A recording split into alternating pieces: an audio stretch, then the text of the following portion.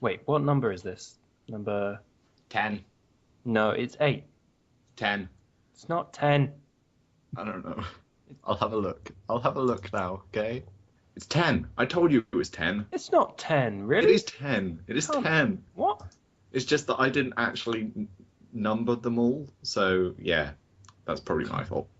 1, 2, 3, 4, 5, 6, 7, 8, 9. So this is the 10th. I've got a playlist going. Wow. I should really update my playlist because okay, let's do this thing then. Hello everyone and welcome to the IndieSpectrum podcast. This is the podcast in which we talk about indie games and all the cool things about them. Today my co-host Owen and I will be talking to the Pixel Pirate. Say hello. Hello, sorry. Hello. We have been having so much fun here. Trying to get audio stuff set up, so that's cool. I think we should just dive right in and ask Pixel Pirate, who are you and what do you do? Yes, I am indeed the Pixel Pirate. I do mostly YouTube, a little bit of live streaming as well, but mostly I cover indie games on YouTube, doing first impressions bi-daily. No, not bi-daily. Every second day I do a video. I'd say bi-daily. I'd say bi-daily. Bi-daily, I kind of feel like it's like twice a day. But anyway, yes, I do very short, sort of 5-minute videos on what has come across my path in the indie world. Awesome, and it's a wonderful cause, showing up all the good things that we find. Showing all the little guys, the cool Indeed. things. Exactly. So, Pixel Pirate, talk about some of the little guys, the cool things that you've been playing in this last week or so. I've actually come across quite a few interesting games. I'll pick a couple. I won't go through everything. Crystal Catacombs I just played the other day. That's a pretty cool little roguelike. It is Metroidvania. It's funny how, like, I come across one kind of or style of game, and then there'll be another 3 that week that are almost exactly the same style. But anyway, the game itself, you get to choose, at least in the beta, it is currently in beta, you get to choose from 4 or 5 different worlds that have about 5 levels each. And yeah, it's pretty fun. It's hard. I found it hard anyway. Have either of you played it? I want to try it. I've been given the demo, and I'd quite like to try it out. So it's a platformer, isn't it? It is a platformer. And you just kind of spells and swords and shit. Yeah, swordy, spelly type dealy, and you run around, you pick up stuff, items and weapons, and you kill stuff, essentially. It's sort of the basic rundown of it. But yeah, a lot of different kind of environments. Everywhere from ice castles to jungles to the pit of hell. So yeah, it's got a lot of variation. It's pretty cool. Sounds like good times. Yes. Yeah. Another one I've been playing is Charlotte Seeker. And Charlotte Seeker is... it's sort of hard to describe. It's kind of like a roguelike arena shooter bullet hell. Very strange combination, but... essentially, I couldn't get past the first level, so I don't know if all the levels are similar or the same, but... As far as I can tell, there's only one level. It's got 4 corridors with 4 bosses at each end. Yeah. In the version that I played, it bugged out, but apparently there's a 5th boss once you've defeated all 4 of those. Okay. That kind of makes a little bit more sense. I think that's the end of it. To the difficulty. I could manage to kill about 2 bosses. 2 of the minor bosses, but that's as far as I could get. Bullet hells aren't really my forte in general, but I had a bit of fun with it. Yeah, cool. Did someone tell me what the bosses look like or what they were like in... Well, they're kind of like... they're just like stationary buildings is the best way to describe it that I noticed. And then they have various ways of either defending themselves or shooting at you in waves of patterns and things. That's probably where the bullet hell part of it comes in. Yeah. I quite enjoyed it. If anyone's ever played, what's it called now? I keep on wanting to call it Wasteland Kings, but it's called something different now. Oh, Vlambeer. Nuclear Thrones. Nuclear Throne. It's the same play style as that, WSD and the mouse to aim, but except there are more bosses. I like Nuclear Throne. Yeah, I- it's a good game. My main problem with it was that the enemy sprites are way too small. Like, I feel like everything could be a bit bigger, easier to shoot. Yeah, I suppose. Yeah. What, in Nuclear Throne? No, in Charlotte Seeker. Oh, right. Yeah, a couple of the things, I think the explodey leeches, or whatever they are, like explosion shrimp. I think that's Which one are what you they... talking about? Which Charlotte one? Seeker. Okay, because there were like exploding shrimp in Nuclear Throne, and that was kind of Oh, really? weird. Yeah, Okay. those like carcasses you blew up, and they were kind of like worms that kind of came out and were like, Oh, I vaguely "You must die now." Ah, I'm seeing some connections here. Maybe some similarities. Yes. Anyway, is that pretty much the most interesting things you've been playing this week? I got a couple more, but yeah, pretty much. Yeah, go on then. All right. Let's see. Javel-ein. I don't know how to Yeah, pronounce the it. Ludum Dare one. Yes, they've made a full game out of it now, and that's an interesting concept that I quite enjoyed. Now, I did play another game that was similar concept, and the concept is that your weapon you only have one of. So once you throw your javelin, you have to go and retrieve it in order to use it again. There was another game that I played where you had one arrow for a bow. I don't know if you... Titan Souls with the bosses, yeah. I think so. And It was even I a similar art style, pixel I art. think I've recently played both of those games. If they are indeed the ones you're talking about. Titan Souls is the one where you have a bow, you can charge up, fire it, and then you have to hold the button to retrieve it as well. And there are some bosses that you have to defeat. No, actually, it's Titan Souls. That's got Game Boy graphics, hasn't it? Is that right? Yeah, kind of. Yeah, no, this is a different game I'm speaking of with the bow and arrow. So Oh, okay. just imagine you shoot the arrow, and then you actually have to physically go and get it to pick it up, like it's a Yeah, pickup. right, yeah. Yeah. So Javelin is a similar concept, and what's interesting about it is the manner in which you have to kill things. You have to make sure that you're able to get to the place where the javelin lands, so that you get it again. Now, if you imagine, like, say, you're killing a bat or something, and you shoot it into the air, and that might stick into a wall that's really, really high up, and you can't get to it, and it's game over. So, yeah, it's a very novel concept. That's free. Reality in video games. Yes. It's gone too far. Crazy. When it went to Airport Simulator 2014, I think it went a bit too far there. No, I'm pretty sure that wasn't realistic because that was boring. Wait, no, airports are boring, so I think that's probably right. Yeah. Yeah. Sounds a bit right. Snowy. Hello. Hey, sorry, how you doing? I got really distracted by I found this thing in my brother's room because I'm in my brother's room, and it's a bow tie of something off Adventure Time, and it got really confusing. Adventure Time bow ties. Adventure Time bow ties. Is it a bow tie with something of Adventure Time on it, or is it just a bow tie out of Adventure Time? No, it's Jake the dog as a bow tie. Nice. Wow. I know, crazy, but they did sound like awesome games. I was listening at the same time. I wasn't just ignoring you, okay? But it was like I couldn't take my eyes off it. It was amazing. Snowy, put down the bow tie. I will do, and I'll tell you what I've been playing this week. This week I played, well, last week I played I Am a Brave Knight, which was an awesome game made for the Global Game Jam, I think it was. And it was a really good storytelling game of that you're this kind of blue Thomas Was Alone character, I suppose. Mm-hmm. And I don't really want to. It's kind of going through his life, but I don't really want to spoil anything because it's very moving when you play it.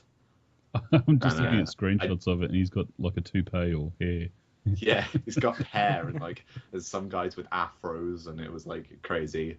Um, but yeah, I did this kind of like short trailer of it, but I don't want to really spoil the ending because it was so awesome.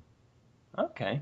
Um, Also, I got in contact with these guys called Century RPG, and it sounds really awesome, but I haven't played it yet. It's apparently the most ambitious text-based game ever. And I do like games that are like completely crazy. And it does look amazingly crazy. It's like he creates like swords out of text. It's kind of like what was that Candy Farm game? Oh, What was that Candy I Farm can't game? remember what it's called. Yeah, Candy Box. Candy Box. It looks like that, but on a like a ginormous scale. Wow. This crazy, So like Dwarf Fortress. yeah, almost like Dwarf Fortress. Hmm. Huh. But I don't know how it differs. I haven't played it yet, but it looks awesome. Also, what have I else played? I got Magicite, the early access to Magicite. Oh, you I also mentioned had that previously, didn't you? I also had the demo to that, but then I lost it. I had the alpha for that because they were like, "Here's an alpha," and then I don't know where it went because I moved computers, I think. But it's really awesome. It's a 2D RPG adventure kind of game that's going through Steam early access at the moment, and it's Okay. really really fun because you've got loads of bosses. Well, you've got a boss at the moment, and then you've got like loads of cool things to pick up, and it's really fun. And it's 2D kind of pixel art, kind of. It was a game built for me, basically. I think. One of the highlights Awesome. for me of that game is that it didn't take forever to collect wood. Yeah, Yeah, like at least. games like Terraria and things like that, it takes about 600 years to knock down a tree. Not Yeah. even so in Magicite or Magicite. At least it takes like. It doesn't take so many kind of hours of intense kind of knocking down things to get wood. It's kind of instant wood, which is almost cool. And I've still been trying to beat level 5 of Retro Booster, which I have not been able to beat. Yeah. He gave I'm- us the cheat codes as well. I'm not using those. I refuse to use them. I'm like, no, this is not gonna happen. I'm gonna beat it, and I just haven't beaten it. It's taken me forever, and I'm still alpha testing Fistful of Gun at the moment, which Yeah. is going awesomely well. You get so excited about that game, it's silly. I know, but I'm not going to mention it that much because I mention it every time. But that's pretty much my week in a Yeah. nutshell in gaming kind of Awesome. terms. Except Well- some views that I've got. Myself, I just spent a week at home with the parents, so that was really awesome and relaxing. I just had my laptop with me, and I spent most of my time going full survival nerd and making a bow and some arrows out of the wood behind their house. So like Um, kind of Rust IRL. Yeah, pretty much. I did actually tweet a picture of a den made out of pallets that my niece and I made, and it did kind of look like the houses in Rust, which, is pretty much Rust IRL, and it was awesome. We had some good times. I made bows. I shot things, not people or small children, honest. And that I was wonder fun. where that arrow came from. Trying to kill me. I just snuck up on you. I probably stole that Rust IRL off you, but I can't remember. It's been a Uh, hectic week. Yeah, I haven't had a hectic week at all, which was awesome. I've just been relaxing, and what is even more relaxing is in the evenings I played Banished, which has recently been released. It's a city building game. I've really been enjoying it. There's no combat or anything in it. It's just resource management, building stuff, and surviving. Happy fun times. Yeah, it's been awesome so far. I made a couple of towns. One of them was just while I was learning exactly what everything was. So maybe a couple of people died, a little bit, and Half I your couldn't. town. Yeah, I mean there were two people left, and they were both men, so we couldn't. Well, I mean they could have been in love, but they couldn't really, Do much. do much. Uh, so I started again, and I made quite a large town on the middle medium settings. So Yeah. it wasn't too difficult, but it's nice that despite having some time acceleration abilities, you can just keep it at a really slow one times pace.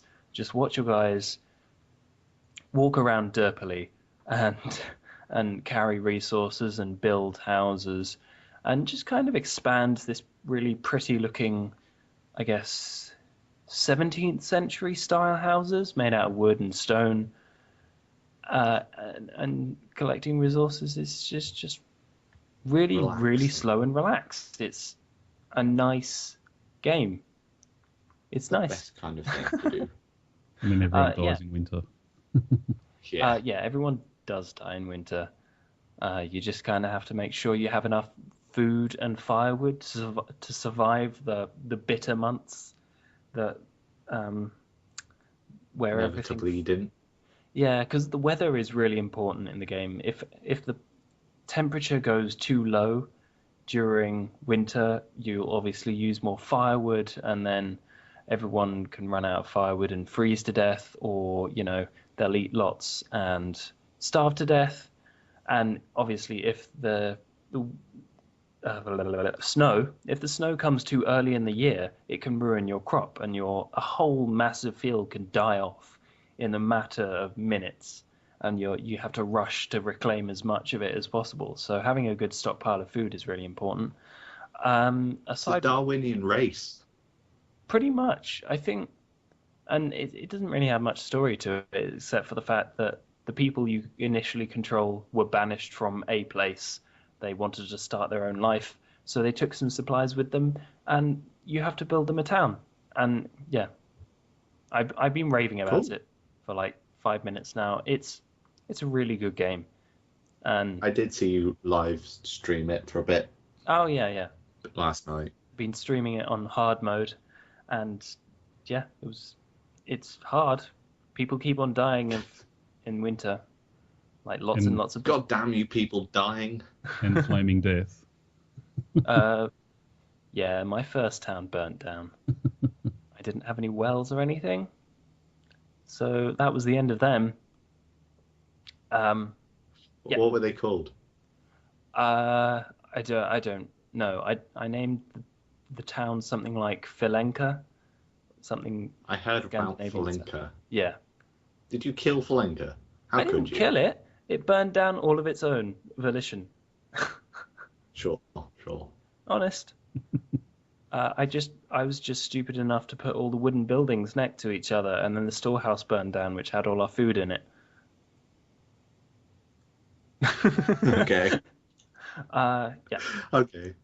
and also, So we mentioned some news. yeah, sorry. I was just going to mention that I tried the Project Zomboid multiplayer beta out earlier Cool. today, and it was good fun. It's basically Zomboid, but with more people. I That's haven't it. played that game, believe it or not. I haven't played that game either. You should. It's fun. I'm not You gonna should. It's fun. I'm not gonna go on about it because Zomboid is just so well documented all over the place that yeah. Okay, I'll look it up. Yeah, Well, wait, give us a little part of it. What kind of game is it? It's kind of RPG. You have some stats and some health, various parts of your body that you have to look after, and you can craft various things to survive. Like you can cook and you can fortify places and you can actually build walls and things, all while avoiding zombies and zombification. Okay, Mm-hmm. that's it wrapped up. Pretty much. Sounds cool. Yeah. You were going to mention news, weren't you? I was going to mention news. I saw on the top of the Reddit indie thing yesterday. Was it yesterday? Probably yesterday. It was a little game called Oh, I can't remember. It's called Archibald something. I have What's no it idea. called? Wait, I will find out and get back to you. Fair enough. Someone else mentioned some news. Or is there anything you wanted to mention, Pirate Man? Nothing Pirate Man. immediately comes I call to him Pirate mind. No.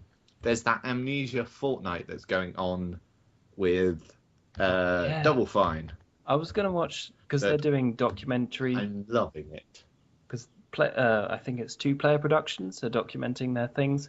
You should go and watch that. I haven't seen it yet, but I watched the ones from last I have. year, and I watched the Broken Age ones, and they're really, really cool. What is it? Like a documentary or something? Yeah, they document the progress of how all the teams are doing, Okay. and it gives you a good insight into how a company of that size works, and how a team like that works. It's really interesting. I have yet to see the modern ones of 2014 Game Jam. Well, I'll mention them. There's one called Steed, which is it's like a trope on the old kind of horse and knight scenario where you are the horse in the situation. So you kind of travel like bumbling fools Nice. around, and you kick like enemies to death and stuff. Sounds really fun. And there's like this weird plot twist, and you've got to do things. Cool. You can still buy these as well, can't you? Yeah, you can still buy them. They're on the Humble Bundle / Double Fine Amnesia Fortnite, I think. Nice. Also, the main creator, the guest creator this year, is the guy that created Adventure Time, which is kind of a nice segue from the bow tie that I was looking at before. Pendleton Ward. Pendleton Ward is creating a game, and it's Yay. called Little Pink Guys, isn't it? Little Best Pink Buds. Oh, yeah, that's the one.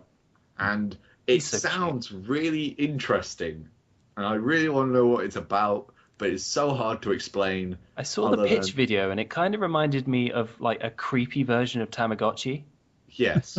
It's like there are loads of weird little pink guys, and you get dropped off in this field by some guy driving a car that just like kind of opens the boot and drops you out. I don't know why. Yeah. And there's this weird little house, and you've got to pick one of your favorite best bud. That's strange. There's a game called Dear Leader that's kind of a mix between Cart Life and Papers, Please, where you're this kind of Russian leader that has to make decisions on, I don't know, on decision-making things like decisions. What presidents do, I guess. Cool. And there's another game, Brain Work. Come on. Brain Work? I don't know what it's called. It's Mnemonic. Mnemonic, that's the game.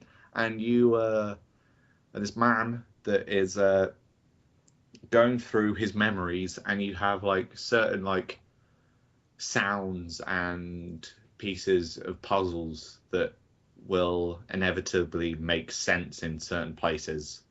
Like you start in a route. The first one that they've told us is you start in a place where your wife or girlfriend has died, and you've got to work out why she's dead. Okay. Yes, that's the games.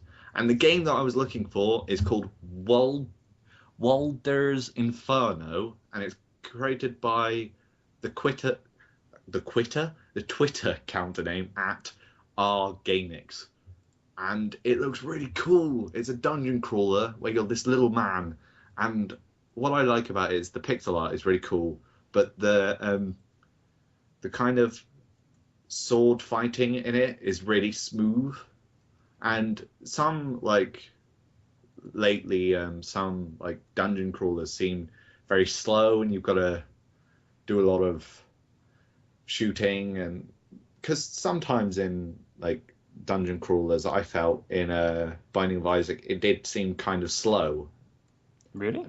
Sometimes. I always was stressed to buggery playing that game.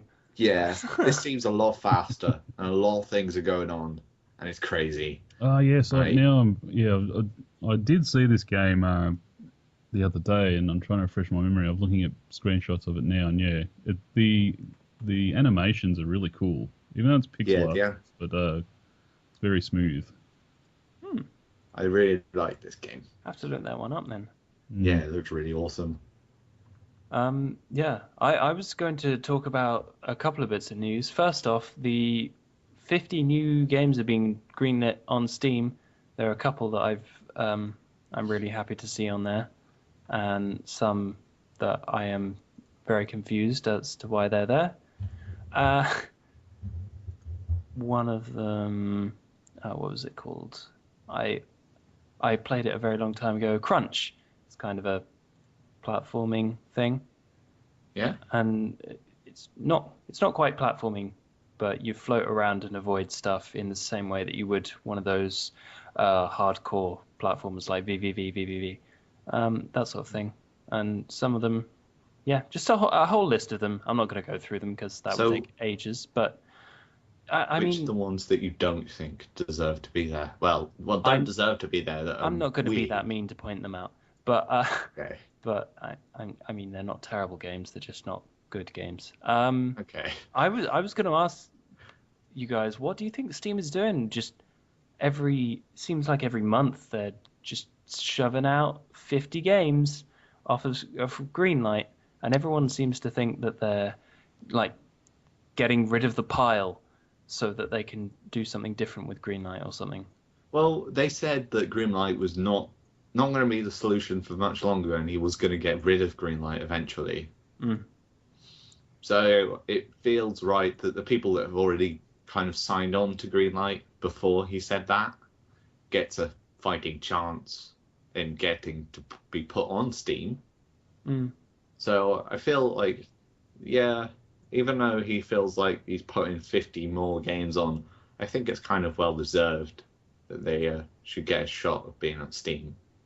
But the whole Greenlight system seems a bit strange at the moment. I don't know. Yeah, it was never the perfect system, was it? No, I No. don't. It was. Well, It's a very strange kind of. I don't know how to explain it really. Someone else probably is better at explaining this than me.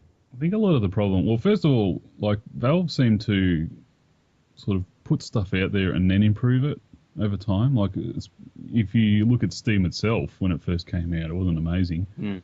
Yeah, Everyone Over hated time, they it. kind of refine it, and yeah, everyone hated it.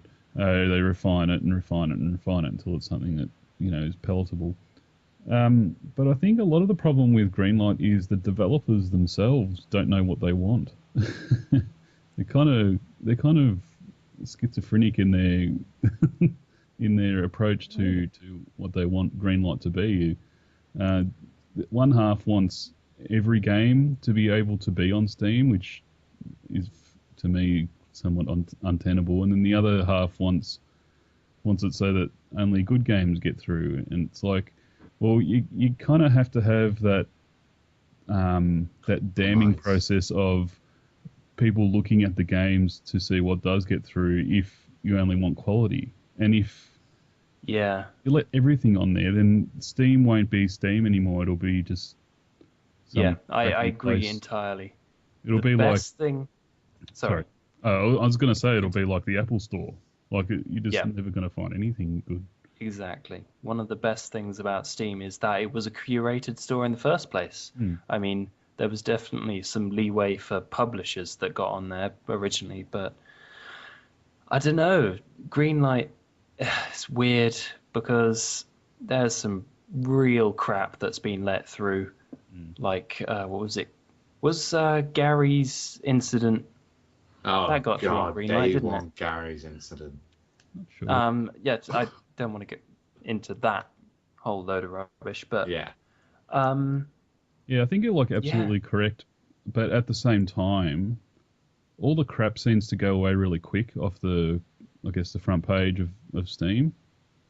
yeah, that's true. But Honestly, Yeah. still, it's not the same as having a curated storefront. And the thing is, what they did with Greenlight in the first place is because they said I seem to remember this is what they said, that they couldn't get or people to waste their time looking through these billions of games that they got sent because because obviously everyone wants their game on Steam because it holds such a massive amount of the marketplace. It's just so huge. It's kind of a make or break scenario. Yeah. That's what everyone wants. Like, what people really want is like Steam to have like these billions of people sat in a room looking through every single game and going, no, this is bad, no, this is good, and get them on like. I as hold my soon as hands possible. up. If Steam wants to pay me to play games and see whether they're bad or good, I will do it at a drop of. I will do that at the drop of the hat. I'll But- do already. that, but it'd probably cost like ridiculous amount of money. Yeah, exactly. And I think one of the more important things that needs to happen here is that Steam needs to have more viable competitors. Desura and like Green Man Gaming and Indievania, they're so tiny, even though, a fair amount of people have heard of them, still not in the same position to compete. It's a huge problem, and it's not going to be fixed anytime soon. But hopefully, Valve and all the other entrepreneurs, I suppose you could call them, work towards it. Yeah, that'd be Well, they good. definitely said they're working towards it at some point. Yeah. To get Yeah. rid of it completely. Well, Gabe, Oh, are they getting rid of it? talked about having a scenario wherein anyone can sort of create a storefront for their game on Steam. That would seem to be his end goal. Well, it sounds perfect to me. Because most of the time that I find games on Steam, I probably won't just buy it because it's on Steam. I'll have a look at it first. So in the end, you've got to make the decision of whether to buy it or not. If you don't like the game, you shouldn't buy it. And you shouldn't blame Steam for just suggesting you should buy it because in the end, you're spending your own money. Definitely. One of the powerful things of Steam is that it's got a storefront and all sorts of things happen. Like they've recently added the recently updated box, which shows it's currently got speedrunners up there, Nemoria and Dino Horde. I mean, they're not games that would generally get on the front page. And obviously the new releases and things like that. But that's the main part of Steam that people see. Plus, if everyone had their own store page, developers would have to work a lot harder to show off their storefront the way that they have to work very hard to show off their Greenlight page right now. So I think that could work. I don't know. I guess we'll find out. I think they should let like everyone on, but curate the front page or curate what gets exposure. Yes, visibility is probably But I people noticed use Steam now. the recently updated section that's already been abused apparently by the developers of Guys of the Wolf, where they just did pretend updates several times to get visibility there. So I guess no system's perfect. I fixed That's like scummy. a tiny patch where the guy didn't walk for 50 Well, apparently they seconds. did nothing. They just said, we're on their back end, I guess, of Steam. Oh, That that's the game annoying. had been updated and no patch had been delivered. So Oh, That okay. sucks. yeah. Well, is there any other news that anyone wants to mention? Quickly wanted to mention that some people got just desserts. 4,000 people got just desserts for cheating in Rust. They can go sit and swivel because they ruined my time playing Rust, and I'm very happy about that. So, fuck them. That's all I wanted to say. Any last words for anyone else? No, I'm Not really. I'm all good. I've said what I wanted to say. Good. I guess that's probably where we should end it then. We've gone over half an hour, so that sounds like fun to me. Pixel Pirate, where can we find all of your things? Well, you can go to my YouTube channel by going to thepixelpirate.tv, and that'll take you straight there. You can also follow me on Twitter by going to twitter.com/thepixelpirate. And yeah, there's a bunch of other links you can access me by on my YouTube channel. So Nice.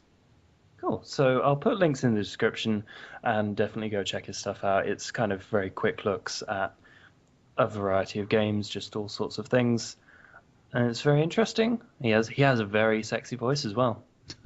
Hell yeah. It's because it's so deep. I would really want that voice. Be awesome. Owen, where are all Hello. your things? You can find my YouTube channel at the Snowy's Gaming. Well, no, Snowy's Gaming. And you can find me on Twitter at Snowy's Gaming. And I've realised these podcasts seem to get slightly longer every time we do them. By the time it gets to like 100, we'll be going on for like 2 hours. Is that the trend at the moment? That's going to be the trend. Well, just let it happen. I'm not bothered. I don't care. It's all good for me. Yeah. Pixel Pirate, it's been awesome having you. Yeah. a pleasure being on the show. Yeah, we'll definitely have you back at some point after we go through a whole list of developers and other people will. Yeah, I don't know who's coming on next week, so I guess we'll have to find out. I guess people already know where my stuff is because you're there right now. So if you press that awesome, very big red shiny subscribe button, that'd be awesome and helps me out loads. Thanks everyone for watching or listening. One of the two. Hopefully you listened. I don't know. Maybe they watched us. Maybe. It wouldn't be very interesting. It's just a picture. That's all it is. I was thinking like through the window. Yeah, they might be stalking you. Ooh, that's not cool. Don't Especially care. as I'm on the second floor. That's Okay. impressive. We should end this because we're Yeah, we rambling should now. end this at So, some point. yeah. Thanks everyone for watching, and we will see you next time. Goodbye. Bye bye. Bye.